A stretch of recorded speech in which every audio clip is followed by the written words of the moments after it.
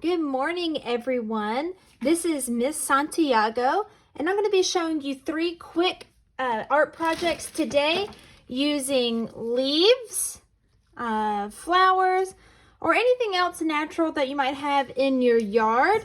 So I grabbed a bunch of random stuff, some clovers, little branches from my bushes, things like that. And I'm going to show you 3 different projects. So, depending on what you have at the house, you can create one of these 3 or all 3, whatever you prefer. I need crayons, and you can see I got my kids' crayons and they got toys in here. I also have the option to paint today, so any paint that you might have at home. But you could also try markers, and we'll try that out and see how it works. And if you did the salt dough last week, this is also one of the projects that we can do. And you can hear that I have my helper with me. So, Kobe, say hey to everyone. Oh, he gave me a high five. Okay, so what we're going to do first. The first is going to be a leaf rubbing, okay? A texture rubbing. And some of my second graders did this year using texture plates. All right, so you need a piece of paper. You need your leaf. Okay, and you need some crayons. Now, my crayons still have the wrapper on them, and so I'm going to show you how to make a texture rubbing even if you don't have this side. But if your crayons do not have the wrapper on them, truthfully, that is the best way to make a texture rubbing. Bless you, Kobe.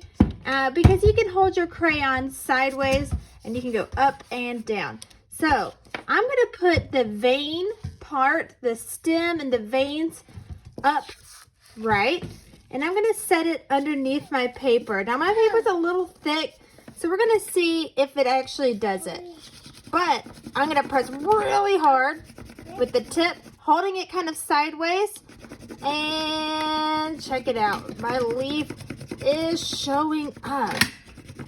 All right, so I made one leaf.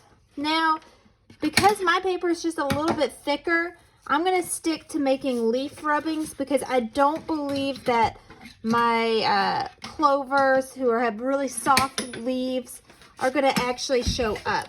And you can hear Kobe, he is getting into stuff. Parents, you know what that's like. All right, so check it out. I'm using a little bit of a darker color, and you can see that the leaf is showing up, but it's a little bit harder to see. So maybe what I want to do, I might want to stick to lighter colors. All right, now that leaf is kind of losing its texture. So let's get a new leaf. And here we go. That pink really was the one that showed up nicely. Now you can do this all over your paper. You can leave it as is. You can make some really cool designs. Or, once you are done, if you want, you can cut them out, make an arrangement, make a new artwork, and make it something new. So, that's one project you could do. You could do texture rubbings. You can see the pink one probably was my most successful. But that's why we experiment. Maybe if I would have done this branch, this twig right here, let's see what that looks like. You can see. So really, the harder like the stem or the veins are, the more you're going to see the impression, okay? So when you're picking out things to do texture rubbings with, look for something that's got like a hard stem, hard veins in there, so you can press down on them. So here's my pink one. You can kind of see the yellow one, kind of see the orange one. You can see that stick right here. And what you could do, you can cut around the edges, trace around the edges, and make it something new as well. Now let's do our second project. This is a leaf print. A leaf print. So I'm going to take one of these leaves. I got my paintbrush. I know. I got my paint, and I'm just going to paint, and this is getting a little messy, so make sure that you are not wearing nice clothes, that you have parents helping or supporting, supervising. So you're going to get a little bit of paint on your hands when you do this, okay? So be careful. Be in a place where it's all right to make a little bit of a mess. Get a nice setup, newspaper down, whatever it is, to make sure that, you know, we don't stain ourselves, the table, the house. All right, now I'm gonna press this down. I'm gonna take like a cup or something, just anything that I've got in my house, just to set this down, or I can use the palm of my hand. And here we go. I can make leaf prints. Now I only put one color out today. I only put this blue out. Ooh, Kobe says he wants to make leaf prints. All right, and here we go. Palm of my hand, cup, whatever you have, and there we go. Another leaf print. So here are two quick projects that you can do using natural materials, crayons, paint. Oh, and I did say that we'll try markers. Okay, let's see if the marker works. I'm not gonna lie and say that I've tried this, but that's what experimenting is. Art is problem solving. So if we don't have paint at the house and we want to try this, maybe I could color my leaf. And look, it's kind of ripping, so what should I do? I should be a little bit more careful, huh? Let's get this right here. Let's try to get all the little edges on there. And let's see. All right, I got some on here. I got some green marker. Using that palm of my hand again. Press down, and you can see if I would have put more marker on there, it actually would have worked.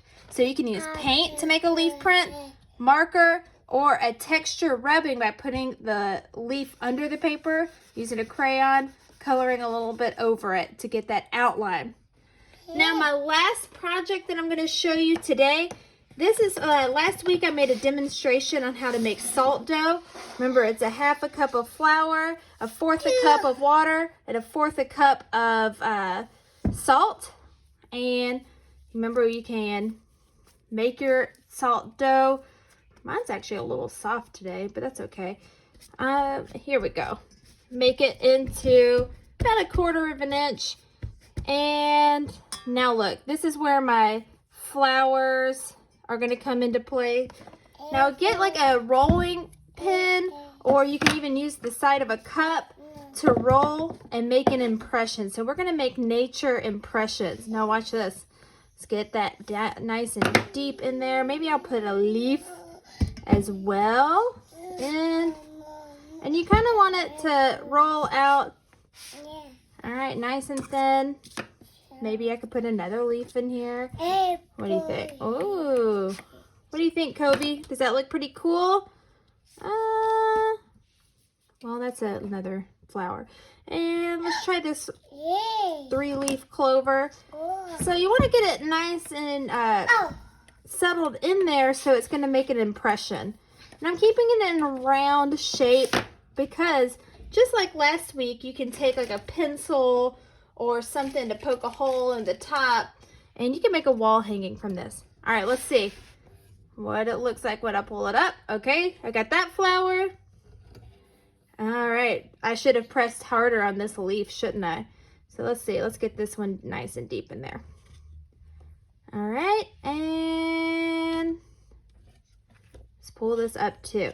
So you can make little nature impressions, okay?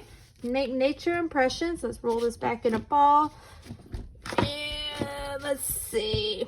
And look, I have a fake plant right here because this is really the only kind of plant I can keep alive. And I can press this in here. And you can see that you can make any kind of shape in here. Taking me into my paintbrush today, I could put a hole in there.